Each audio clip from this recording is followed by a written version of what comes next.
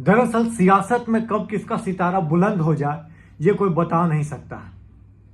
दरअसल आज से 2-3 महीने पहले घर, पार्टी, सबके लिए दफ्तर, सबके लिए लड़ाई लड़ रहे थे चिराग पासवान, और आज वो पूरे देश के इंपॉर्टेंट एनडीए के हिस्सा बने हुए हैं। और खासकर अब तो बिहार में और उनका आवागमन ज़्यादा हो गया है, जिससे चिंताएं तेजस्वी यादव की बढ़ गई हैं। आप बोलिएगा कैसे? दरअसल हम इस पर विस्तार से चर्चा करेंगे। सबसे पहले मैं आपको बता दूं कि लोकसभा रिजल्ट जो उनके लिए रहा, चिराग पासवान के लिए, वो डायरेक्ट सत्ता जो है पलट के रख दिया, जज्बात बदल के रख दिए। जज्बात किस तरह? उनको लगभग 5 सीट, लगभग क्या पूरे 5 सीट मिली थी लोकसभा चुनाव में एनडीए की तरफ से, और किसी को नहीं विश्वास हो रहा था कि 5 की 5 सीटें जो है चिराग पासवान जी निकाल कर ले जाएंगे। लेकिन ये हुआ दोस्तों। 5 के 5 सीट 100% स्ट्राइक रेट के साथ कोई ऐसा पार्टी हमको बता दीजिए जिसको 5 सीट मिला हो, मिनिमम 5 सीट के साथ हम बता रहे हैं, और 5 सीट वो निकाल लिया हो। और यही बात हुई कि जो सत्ता के गलियारों में अपना घर के लिए, अपने ऑफिस के लिए लड़ाई लड़ रहे थे, अपनी पार्टी को बचाने के लिए लड़ाई लड़ रहे थे, अब पिता का हाथ सर से जब से उठा तब से वो संघर्ष कर रहे थे।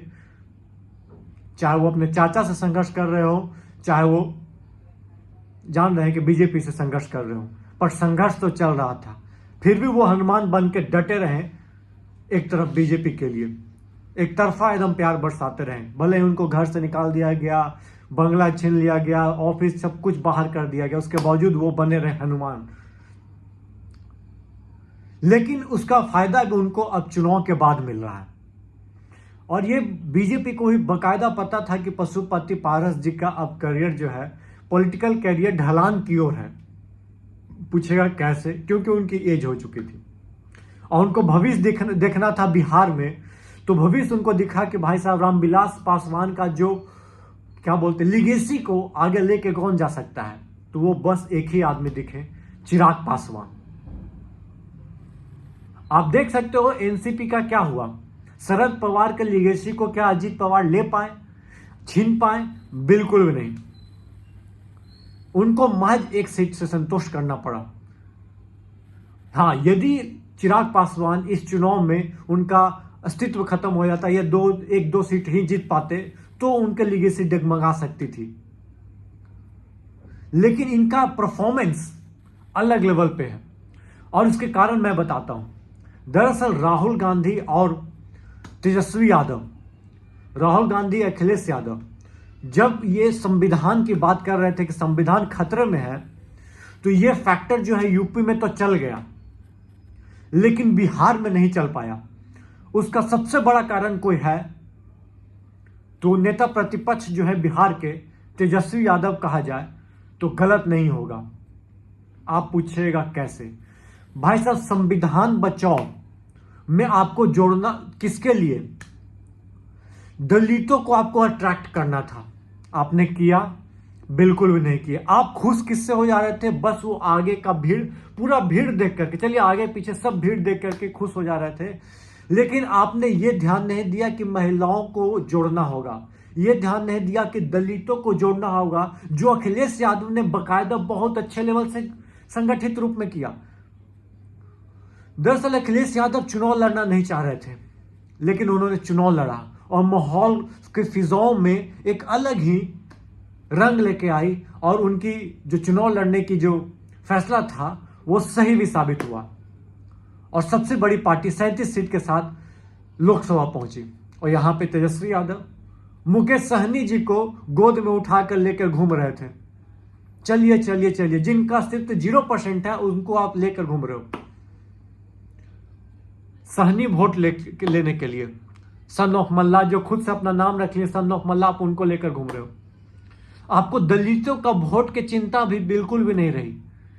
तभी तो जो संविधान बचाने की बात कर रहे थे राहुल गांधी, आपने कितनी बार अपने सभाओं में, और खासकर दलित जहां पे है वहां पे जाकर इसकी चर्चा की, और चर्चा किए तो कितना को लुभाने में आप कामयाब रहे। इसका एनालिसिस तो होना चाहिए ना रिजल्ट आने के बाद। और नहीं रियलिटी आने के बाद एनालिसिस कीजिएगा तो 25 आपका चुनाव सर पे है। तो 25 का चुनाव जो आप सबसे बड़ी पार्टी बन के उभरे हैं तो आपको डेंट लगना आवश्यक है। आप पूछिएगा कैसे। दरअसल आपको पुराना चुनाव, पिछला चुनाव हम लेके चलते हैं 2020 का। दरअसल चिराग पासवान जो है नीतीश कुमार से 36 का आंकड़ा था या नहीं था?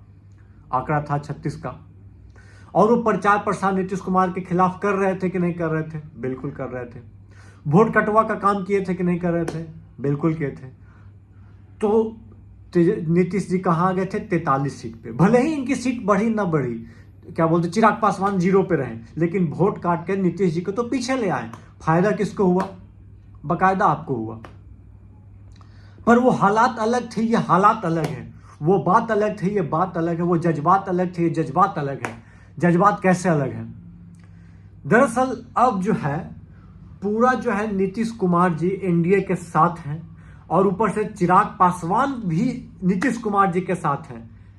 बार बार मिलना जुलना, और ये दिखाता है कि भाई नीतीश कुमार को इस बार डेंट जो है चिराग पासवान नहीं पहुंचाने जा रहे हैं, और यहां तक कि फायदा ही पहुंचाने वाले हैं, और अपने लिए भी सीट खोजेंगे। तो सीटवा केकर कम होगा ही ना, बताइए। कांग्रेस तो ऊपर है, और है भी नहीं, एक तरह से बोलिए 15-16 को सीट, 19 को सीट लेकर आया है। सीपीआई 16 है, तो डेंट लगेगा तो मैक्सिमम आपका चांस है सीपीआई और ये आपका आरजेडी का डेंट लगने वाला है। आप फिर आंख बंद करके सहनी जी को 4 गो सीट दे दीजिएगा, 10 गो सीट दे दीजिएगा, 15 गो सीट, तो फिर आपको चुना लग जाएगा। आपको किसी तरह दलितों को जोड़ना होगा, नहीं जोड़िएगा तो जो है चिराग पासवान बार बार बिहार का दौरा क्यों कर रहे हैं? क्योंकि एनडीए के पास नीतीश जी के अलावा, नीतीश जी के बाद जो है कोई फेस नहीं दिख रहा है, और उनको फेस निकालना है। और फेस जो है चिराग पासवान, एक युवा चेहरा जो है दिख रहा है कि भाई साहब इनका इंपैक्ट अच्छा खासा है।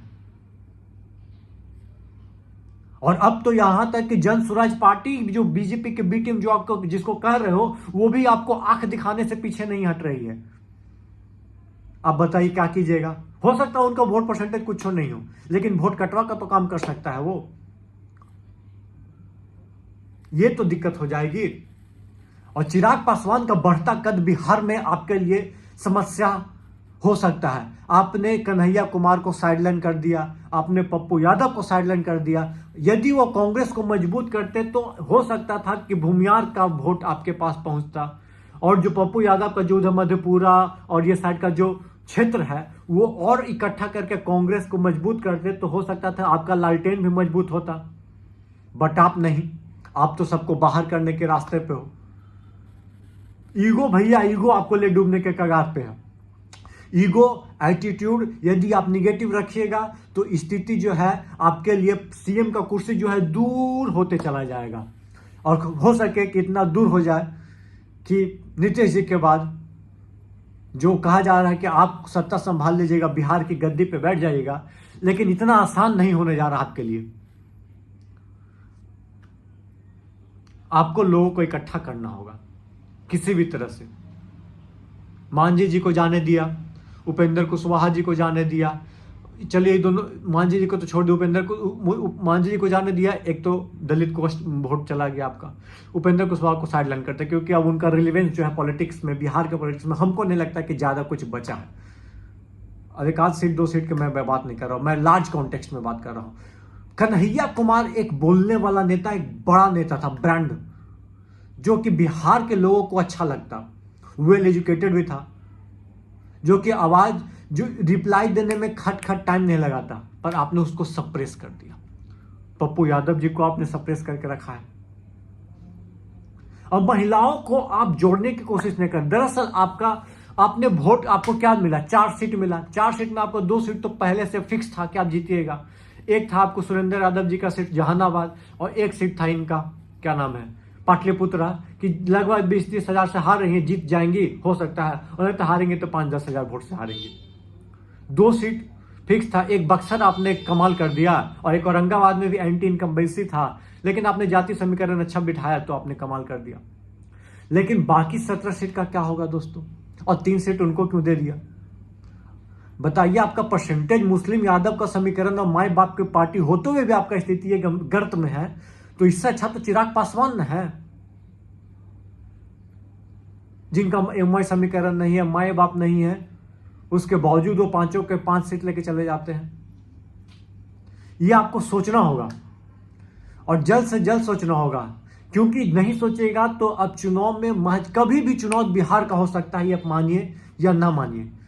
नीतीश कुमार बहुत ही जल्द में है कि चुनाव हो जाए, जितना जल्दी, क्योंकि उनका परफॉर्मेंस जो है एवं पा रहा है, और एवं पा रहा है तो वो चाह रहे हैं कि इसका जो क्या बोलते हैं फायदा उठाया जाए, मेन चुनाव में मोमेंटम बरकरार रखा जाए, और जो यहाँ जो बिहार का चुनाव होगा उसमें हम अच्छा सीट लेकर आए, और जो हमारा लीगेसी था पहले 2009 में वो हम गेन करें। हम 43 सीट पे चौथा नंबर की पार्टी, तीसरा नंबर की पार्टी बनकर न रह जाए।